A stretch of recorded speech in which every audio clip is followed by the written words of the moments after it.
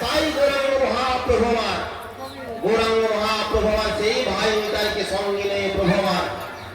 সেই নবদ্বীপ ধামে চলেছেন। তাই ভাই নিতাইকে সঙ্গে নিয়ে বলি প্রভু আমার নেচে যায় আমার নেচে যায় আমার ভাই নিতাইকে সঙ্গে নিয়ে নেচে যায় আমার পথে পথে গোড়ায় আমার নেচে যায় পথে পথে গোড়ায় আমার নেচে যায়